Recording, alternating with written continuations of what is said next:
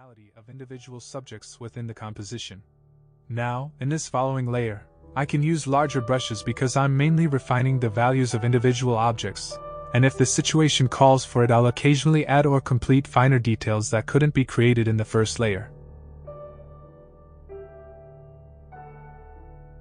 Everything I do here is rooted in the subtle variations of the theory of how light and shadow interact on a basic sphere. It's an essential aspect of art, and if you've thoroughly grasped the fundamentals of shading, creating underpaintings will be a breeze for you. However, if you need more confidence in this area, if you're still determining how light influences the appearance of objects, I'd like to offer some advice. Consider looking up one of the basic shading tutorials available on platforms like YouTube. These tutorials can provide you with the necessary theoretical foundations. They'll help you understand how to manipulate light and shadow to bring depth and dimension to your artwork. It's a valuable skill that can take your artistic abilities to the next level.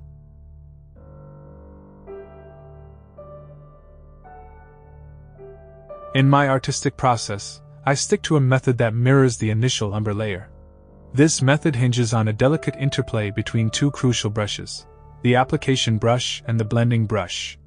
With the former, I gently lay down paint that's been thinned to just the right consistency onto the canvas.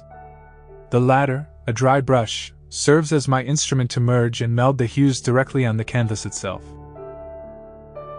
When it comes to blending, my primary objective is to eradicate any trace of harshness in the composition.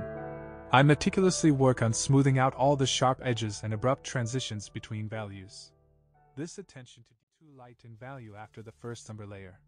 Since I revisited the background a week later, after the rest of the composition had dried, I had to reapply oil to the canvas surface and prepare it as I usually do. When I'm tackling a larger piece, I almost always find myself engaged in this method of painting in sections.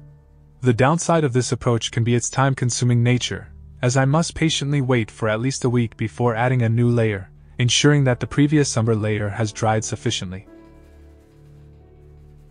This is why I typically work on several paintings concurrently. Once I complete a particular section of a painting, I let it dry and redirect my focus towards crafting another masterpiece. The value I put on the background of the image tend to be darker on the left side. This happens because I don't thin the paint as much as I did in the previous layers.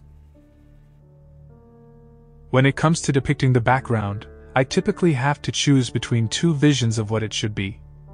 The first vision is that there's a wall in the background, and the second vision is that I'm painting a background filled with just open space, occupied only by the air. Each time I tackle the background, I have to pick one of these two options.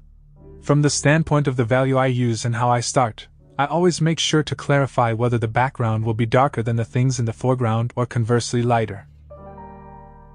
In this still life, I'm creating a painting where the background appears as an open expanse, making the viewer feel like the still life is set within a dimly lit room.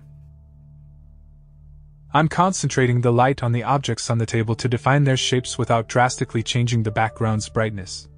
Nonetheless, even within the empty background, you can notice a subtle shift in shades, mimicking the movement of light that spreads across the entire picture.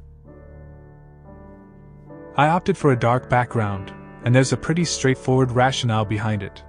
You see, the tonal contrast created by those deeper, more somber hues in the background serves to highlight the light petals of the white rose. This effect essentially acts as a visual roadmap, leading the viewer's gaze directly toward the center of the composition.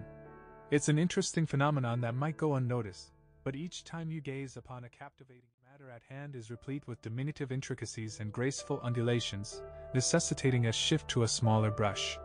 With great care and precision, I methodically mold each petal, addressing them individually in a concerted effort to capture their inherent three-dimensionality. In a continual exercise of judgment, I scrutinize the orientation of each petal in relation to the source of illumination, making calculated decisions regarding the specific tonal values each area should exhibit. Succinctly put, I am engaged in the art of shading, a nuanced endeavor intrinsic to the realm of botanical artistry.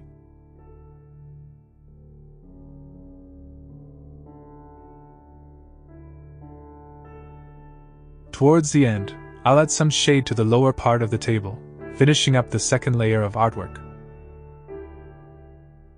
I'll allow the second layer to dry for about 14 days, and then I'll move on to the gray underpainting, which we call grisaille.